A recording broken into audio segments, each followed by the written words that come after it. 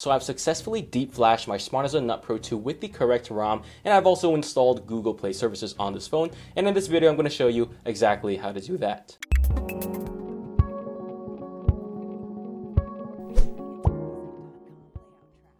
So you gotta buy a deep flash cable, and I will leave a link down below.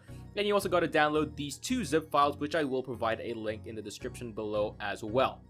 So step number 1, unzip the QPST file and run setup.exe, let it install, and then restart your computer. Step number 2, unzip the second zip file anywhere you want, just remember where you unzipped it.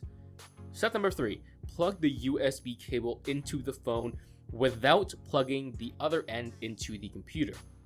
Step number 4, hold down that button on the deep flash USB cable while plugging it into the computer USB port, and once you plug it in, release the button.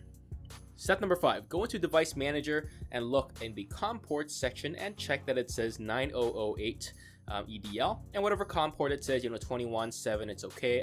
It says different things on my computer, it doesn't really matter. Step number 6, go to Windows, Start, and open QFill. Once you're inside the program, you're going to click on the Select Programmer button and click Browse, and go to where you unzip the file, and here it says Sexa, more, blah, blah, blah, blah, blah. Go to that folder. But now, you probably can't find the file, can you?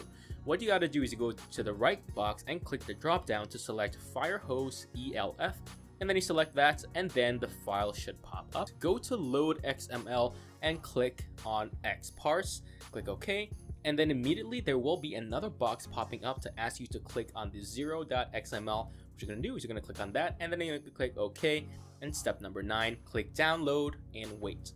Now once it's done, congratulations, your phone is flashed properly. So all you got to do is press the power button until the Smartisan logo pops up, and then reboot into your brand new Smartisan phone.